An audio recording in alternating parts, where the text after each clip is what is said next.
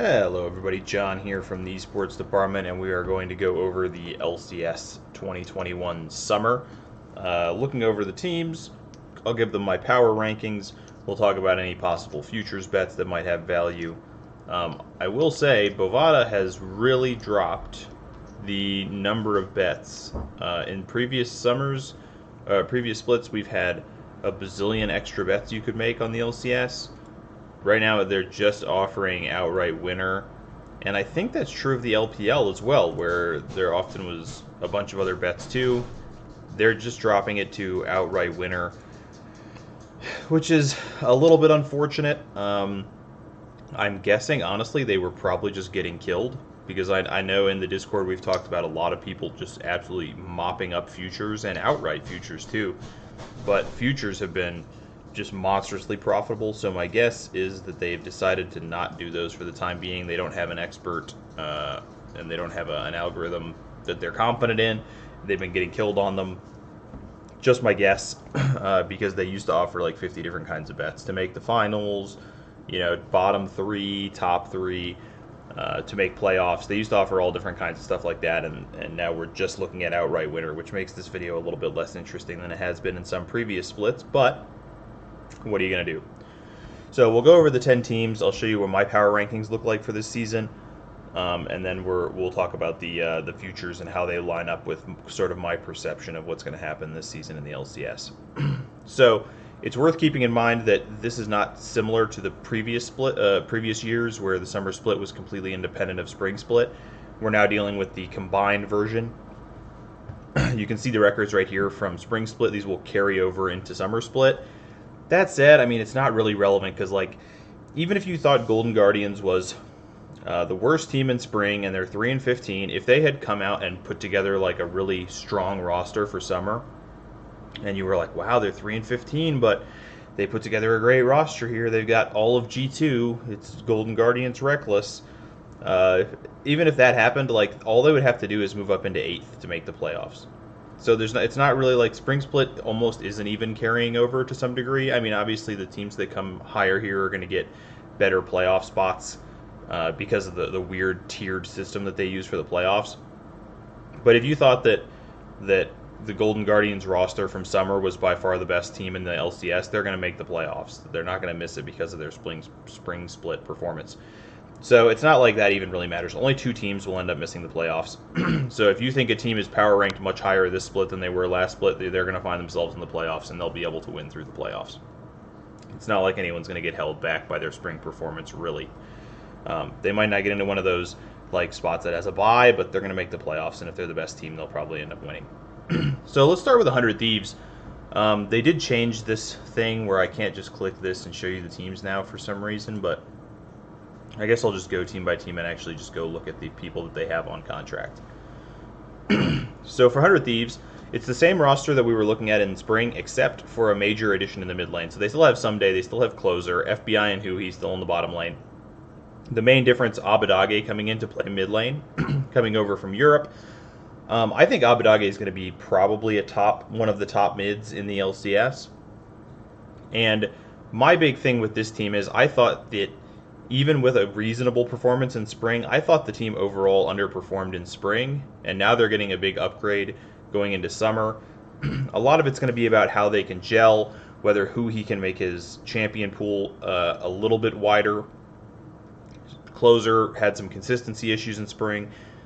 I have a lot of hope for this team. If Abadage comes in and looks pretty good, if Closer can get a little bit more consistency, if Huey can add a little bit more to the champion pool, I think Someday obviously had a pretty bad spring split for a lot of the spring split. If he can come back into form, so it's a lot of questions. But for me, this could be the best team in the LCS. If things are they're on some bar from a very good LCS team to the best team in the LCS. I think worst case scenario, you're looking at a very good LCS team, kind of like they were in spring. They were a 3rd, 4th place team in spring. 4th place team. And you could have argued that they were better than a team like TSM for some portions of the split as well. So a 3rd, 4th, 5th-ish place team, I think that's the floor for 100 Thieves, and the ceiling is the best team in the league. So I really like this 100 Thieves move. I think adding Abadage is big. And I think the rest of the team, it was like every single member of the team except for FBI had some problem that we hadn't really previously seen from them. Like Someday was a stud for 5 straight splits, and then just stopped being a stud for a split. if it's like, if everybody can shore up the small individual issues that they have over this offseason here, this could be the best team in the LCS. Number 2, CloudNine. No changes except for a pretty major 80 carry one. Sven goes to the academy team. King moves up from the academy team. I can see why they would want to do this. People are saying it is really weird because Sven actually had a pretty good performance at MSI, which is what we're just coming out of.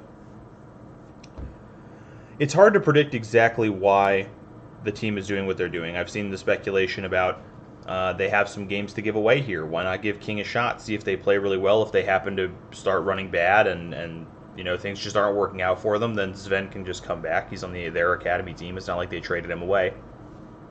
I've seen people talking about, well, let's just give the kid a shot, and Sven's coming back no matter what. Could be backstage struggles of some kind. It's hard to say exactly why they're doing it. For me, I kind of like it. I think Sven has been mediocre at best. I don't think he was even a top 3 80 carry in spring of last year. In spring or in last year's summer or spring. I think at most times I called Cloud9's bot lanes a liability. And I think that's been true a lot. Now, at MSI, it wasn't particularly true, but I think for many, many weeks of the last year and a half, it has been true. So why not mix it up, see what you've got with King. You still have a very strong roster. Fudge is coming into his own. Blabber had a bit of a downturn at MSI, but we hope to see him back. Perks was not great at MSI, but it's same thing. Perks has been, a monster throughout his career. We'll see if he can bounce back. It's kind of similar to the 100 Thieves situation for me. If King assimilates well, if Blabber returns to form, if Perks is returning to form. Similar to the 100 Thieves thing for me, and I think that the results are fairly similar. I put them at a floor of 3rd or 4th best team in the league with a ceiling of 1st. Very similar to what I see from 100 Thieves, and dependent on very similar things. The main thing for me is what is the culture of this team? For me, the Sven going to academy thing, I don't know anything about the situation. My guess is that has to have some level of unhappiness within the locker room to make that happen. And I think you're going to see a team in flux here. You're going to see a team that for a long time was being carried by having the best jungler in the league and had the addition of Perks to help them shore that up. But there's been holes other places that have been held up by that over time. And I think maybe we're starting to see some flux with this team. I'm predicting that we're not going to see as strong of a split out of Cloud9 as we had in the last couple splits. Well, I guess 2 splits ago wasn't great for them. But I think we're going to see probably a 3rd or 4th place team out of Cloud9. A team, don't get me wrong, I mean, they're not going to lose a lot of games to Dignitas and Immortals. But I think you're going to see a team that's not quite as strong as we saw last split. CLG. Finn, Brox, the Pobelter, Wild Turtle, Smoothie. The same lineup that we played with last split when they finally got everybody there and together and practicing. So, I have a pretty strong opinion about CLG. I think they're either going to be way better than they were or they're going to be last place. Those are the two kind of scenarios that I think are possible with this team. I don't think it's possible that you're just going to see like a 7th place average level out of this team. I think either this is among the worst teams in the entire league, if these guys have really fallen off a lot in recent times. I mean, Pobelter, Smoothie, Wild Turtle, those guys have been around forever, kind of on the decline in general, although Wild Turtle had a real resurgent season last year. This team, if they've gotten it together in the offseason, if they've focused their hunger, I mean, this is a team full of guys that have been dropped and thrown around. It's really a great story to have a team. They've been dropped, thrown around, kind of disrespected by the market, and they come together on one team and say, we got 5 veteran guys here who have been disrespected by the market. Let's get it together. I mean, Finn's not super veteran, but the other 4, let's show them what the old guys can do. And I could see this team being like a top 4 team in the league if things go well for them. If this really motivates them and they're back together, I could see this being a top 4 team in the league. I could also see things getting complacent on a team like this, messing around. Things aren't working out for them in scrims. They start getting that mentality like maybe everyone was right to not pick us up. And I could see them completely falling apart and being like a 9th or 10th place team. But that's not what I think is going to happen. I think this is going to be a top 5 team in the league. I think they're going to be pretty strong this season. They were looking quite good towards the end of last season when they finally got it together. I mean, the LCS as a whole was looking terrible, but compared to the LCS, this team was looking pretty good. I expect to see a big split out of them here. I think there's going to be a lot of chips on these shoulders, and I think they're probably going to get a win or two over some of these bigger teams and probably cement themselves into the top 4 or 5 would be my guess. Moving on to Dignitas. So Dignitas is a team that I definitely think overperformed in spring of last year. I think we kind of saw that towards the end of the year, that their overall performance might have been a little... I mean, they had the same record as 100 Thieves. I don't think they're anywhere near as talented as 100 Thieves. I think they had some things go right for them that probably aren't going to go right in summer, and I'm guessing you're going to see kind of a bit of a fall off from this team. Now, don't get me wrong. I think Saligo came a long way in spring. I think Neo was excellent. I think we saw a resurgence from Afromu. So, for a lot of teams like CloudNine and 100 Thieves, I've talked about these are the things that could go right for them to be great. They have like this floor, and then they can shoot up into the ceiling if things go well for them. With a team like Dignitas, I see them almost as having like starting at the ceiling, and then there's a number of things that could go wrong to push them down further. So like starting at the ceiling, this might be your 5th place team. This might be the 5th best team in the league if things go perfectly for them. If it's maintained from what they did last split and nobody's gotten any better and they've continued to progress, I think this could be your 5th place team. That said, there's a lot of things that could go wrong. Afromu returning to the same form he was in for 2 years. Fate God dialing back just a little bit. Fate God was not as dominant even in Academy as... he wasn't dominant in the LCS, but he played very, very well. And even in Academy, I never thought of him as like a player that was really like a far above average player. But he performed like an above average LCS player in the LCS. So if he takes a step back, Dardoch has been 50-50 his whole career as far as like being very good or being very bad. If that takes a step back, I think there's a lot of things. If Neo's not like all-star level, there's a lot of things that could take this team back a step. If none of those things happen, I think you could be looking at the 5th best team in the league. If those things happen, you're going to see them fall down 6th, 7th, 8th, 9th. I don't think there's almost any chance they're going to be 10th. Probably not any chance they're going to be 9th. But I think you're going to see them take some steps back. You're probably looking at the 6th, 7th, maybe 8th, but more likely somewhere like 6th, 7th, best team in the league. Evil Geniuses. The main change for Evil Geniuses at 80 carry, Danny comes up and joins them. Probably not a significant advantage. I'd say he's better than Deathly, but I don't think you're looking at a significant advantage like as far as this split goes. I think they're trying to set up for the future with Danny. They haven't changed anything about the rest of the team, and I think if you're trying to win this split, I mean, I'm sure they don't feel this way, but if you're trying to win this split, there's other things I would have changed. Honestly, I would have left Deathly. Trading him for Danny's still a good upgrade, but like Deathly would have been not the first thing I would have looked at if I was trying to win this split. Svenskeren, for me, has been awful. And if they can't change Svenskeren, I have a really hard time rating this team like anywhere. I need to see Svenskeren gone before I'm going to have like any faith in this team. Impact had a career season. I mean, not a career season. I mean, the guy's had some serious fucking seasons. But Impact, a great season last season. Shizuke, he's just floundering. Like, he's just too middle of the pack. When he first came to the LCS, I said, this guy's going to dominate LCS mids. Hasn't really been the case. He's been pretty weak overall, I would say, honestly. Never really been able to get on the same page with his teams here. And even his individual mechanics are not the same as it was back in the Vitality days, or at least the earlier Vitality days. Ignar, I still think, is very, very good. So you've got one of the better supports in the league, middle of the pack mid laner, one of the worst junglers, an above average top laner, and now you have a rookie 80 carry coming in. Another team where it feels like the ceiling is like 5th, maybe 4th. If everything goes really well for them, I think you could see this team be like 4th or 5th. But it's more likely for me, same as Dignitas, that this team finds itself falling back in the rankings, something like 6th or 7th. I just don't think I think the talent is not high enough, and having Svenskeren in the jungle, I think personally, is just really killing them. Danny I think he'll mesh well with the team, and he'll become a solid LCS level AD carry.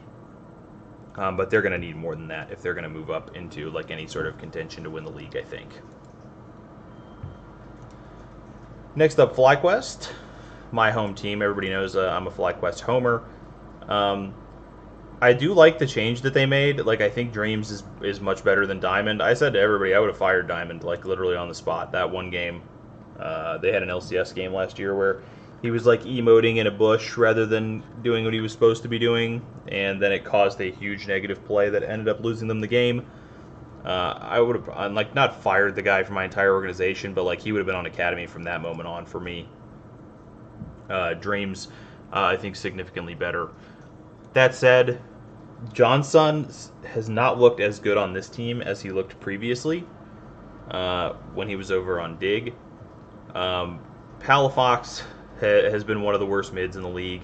Jose Dioto has been quite good at times, and Licorice seems to have taken a bit of a step back from his previous form. So just kind of a team that just doesn't really have the talent to compete. I had seen some flashes of goodness from them. I don't want to say flashes of greatness because I don't really think it was great. I've seen some flashes of goodness from FlyQuest. I think they're a team that's going to be able to pick up some wins here and there. I think their drafting hasn't been as bad as some of the other teams. But talent-wise, I just don't think they're really going to be able to compete with this roster. They are a team that probably has a floor of like 7th or 8th, maybe 7th or 8th, with the upside of like 6th. But I don't think you're going to see them any better than like 6th place in the league. Just not enough talent there. Golden Guardians, a lot has been made of the Golden Guardians offseason. Solo in the top lane, Iconic in the jungle, Ablaze Olive in the mid lane, Stixay and Chime. This is the least talented roster in the league, and I think almost everyone would agree with that. I don't think Ablaze Olive was like an exciting mid laner. He wasn't. I mean, he wasn't awful. I don't want to rag on the guy, but I don't think he was exciting. I think Stixay was terrible. Newbie was pretty terrible too, but I don't think Chime's going to be the answer to that problem. Chime has been good for the most part at the lower levels, but he's not the kind of guy where I'm like, this guy coming in just changes the team. You know, you put Core JJ on this team, I'm like, this changes the bot lane, and I just don't think you're going to get that out of Chime. Iconic was quite bad last split, just never involved with anything, just farm, and then his team lost the game. We're going to have to see a lot of upgrade from them. Sure, Niles got a lot of the flack for this team, but I don't think Solo is going to do any game-changing things either. This is just the lowest talent team. For me, the ceiling for Golden Guardians is like 8th place. That's like best case scenario, 8th place.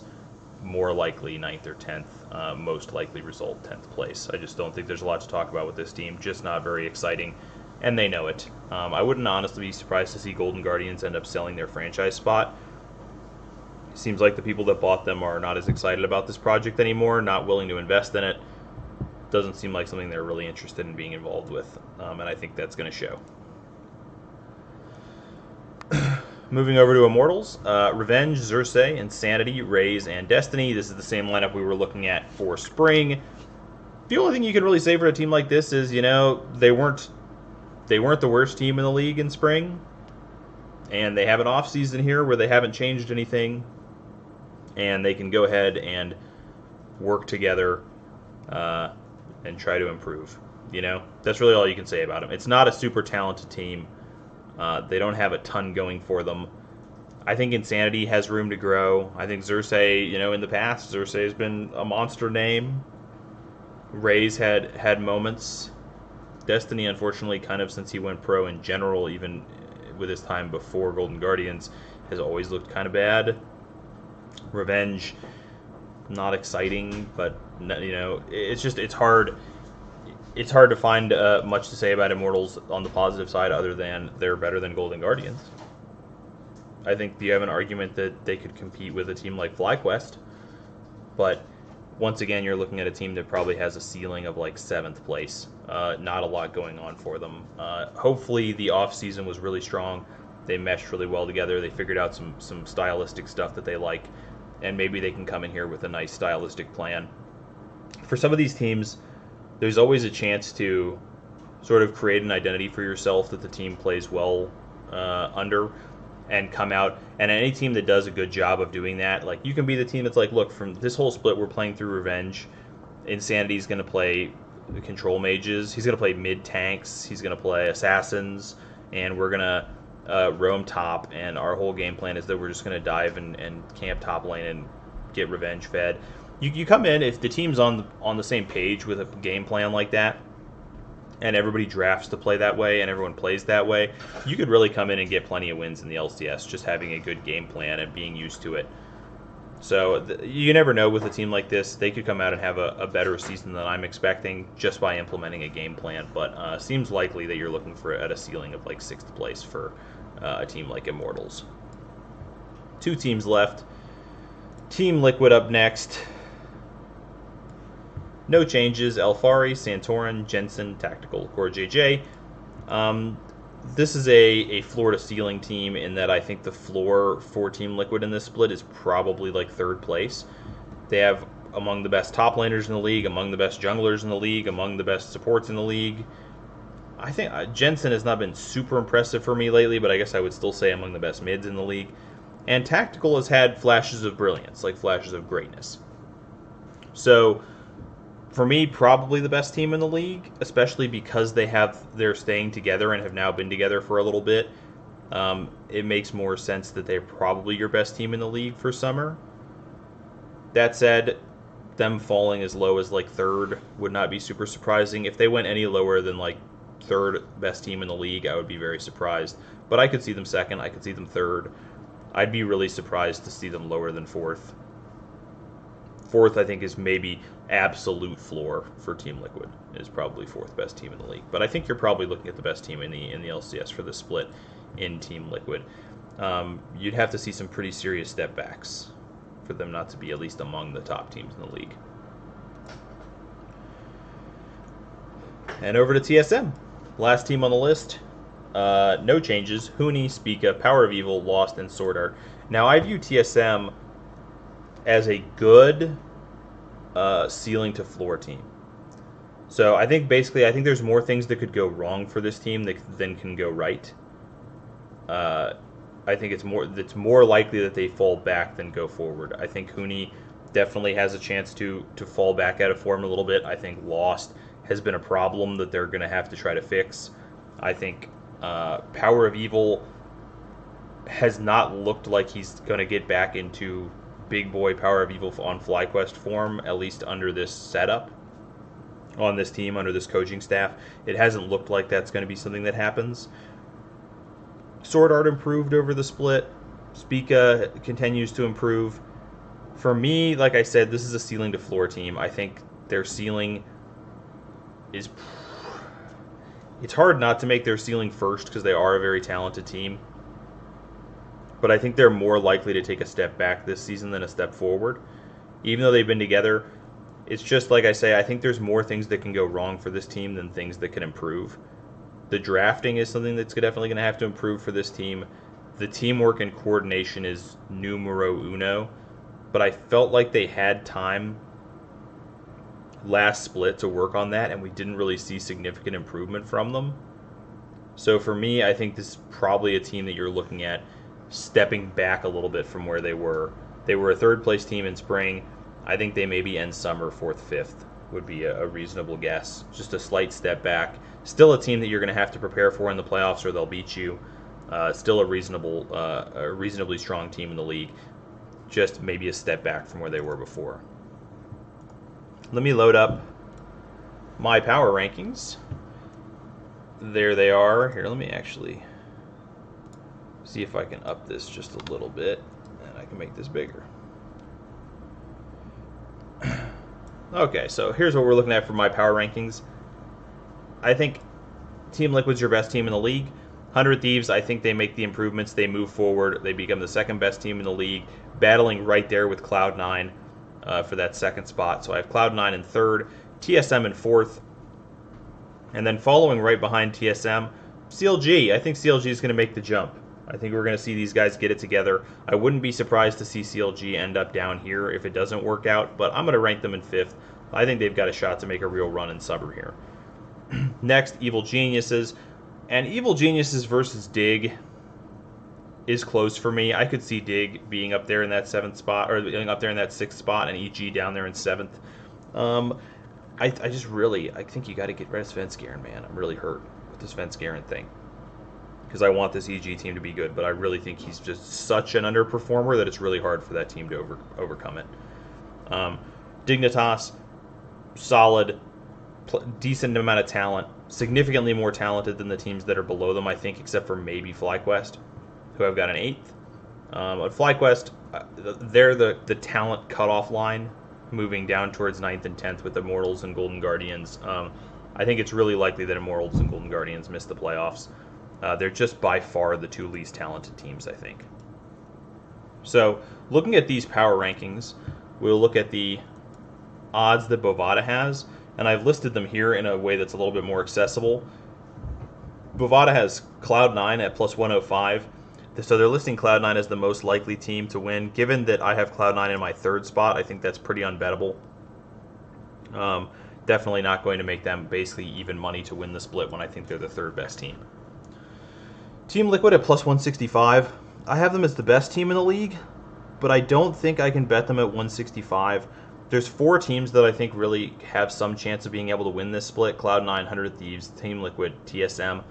Maybe you see a miracle performance from one of these other teams, but really I think it's probably those four. And if you're giving TSM, CloudNine, and 100 Thieves combined any reasonable chance of winning the league, then plus 165 just isn't good enough. I think this is just terrible odds. How can one team be plus 105 to win the league and another team be plus 165? Absurd. I think it just makes them both unbettable. So I'm not touching that. And this, next to these teams, I have like a number. This is how much better I rank them than the book ranks them. So I rank C9 worst. The book has them as the most likely team to win. I have them 2 spots lower, so probably not going to be bettable. Team Liquid, I do have Team Liquid 1 spot higher than the book, but I still don't think it's bettable. The book has TSM as the third most likely to win. I can understand that, but I don't agree with it. I think plus 500 is just not quite there for me. I think Team Liquid, CloudNine, and 100 Thieves are the 3 most likely teams to win the split. And so does the 4th most likely team win 1 in 5 times? Getting 5 to 1, no, I don't think so. I think I have to pass there as well. 100 Thieves, the book ranks them as the 4th most likely. They're currently sitting plus 850. I have to admit, I line moved this one. This was sitting at plus 1,000, and I'm sure if you look around, you can find plus 1,000 or better on some other books. If you can get that plus 1,000 or better, I would definitely get in there. 850 is starting to get to the line where I think I would still bet it here, even if I wasn't already in at 1,000. But I'm starting to get a little bit like more skeptical at 850. If it gets down into that like 750, 700 range, I probably just let it go. I think you could still bet it at 850, but what I would rather do is look around and find 1,000 or better before you bother trying to bet it on Bovada at 850. But that's going to be really my favorite bet that you're going to be able to find on the board. If you can get that 100 Thieves at 1,000 or better, I think that's quite good. They have EG as the next most likely to win, plus 1,600. I have EG a slot lower than the books. I have Dignitas a spot lower than the books. Dignitas sitting at plus 2,200. I could understand someone trying to take a shot on Dig or EG, but I just don't think that their talent versus the top 4 teams, even if you have an implosion at CloudNine and the 100 Thieves experiment doesn't work, they still have to get past Liquid and TSM, and I just don't see either one of those teams being able to get past all 4 of these top teams, so I'm just not even really going to mess with that. Immortals and FlyQuest are both at plus 6,600. Once again, just doesn't really feel bettable. FlyQuest, maybe they might have enough upside that they could randomly spear something at plus 6,600. But if you're going to take a long shot, I think I like my boys CLG at plus 6,600. You're looking at 5, like I said, 5 veterans here that have been around, that have been in the playoffs, that could come up with some really fun strategies. If they get along well and develop a good game plan, I could see them just randomly spiking at one time. It's probably not likely to happen, but if I was looking for a long shot bet, I think CLG at plus 6,600 might be worth a look. They just have to spike a couple playoff matches, and these are the kind of guys that can get in form in a playoff. So for me, the best bet, the easiest one, 100 Thieves plus 1,000, down to 850 at the moment, but 850 to 1,000 to win the league, I think is by far my favorite. And then if you're going to take a little bit more of a long shot, I think that CLG bet. I would rather make the CLG bet than make TSM or Team Liquid, I think. I'd rather just get it in on CLG, knowing that I'm not likely to realize my equity. But my main position is going to be on the 100 Thieves. So that's all for the LCS, everyone. I'll be back in the next couple days with LEC, LPL, LCK. We'll go over them all. We'll talk about the odds where I can find them because I'm having trouble finding futures odds. They only just added the LPL today on Bovada, so I'm really going to have to look around and make sure I've got futures odds everywhere. But that'll be all for the LCS. Good luck to everybody. Hopefully 100 Thieves win the league for us, and I will talk to you guys later. Have a good one.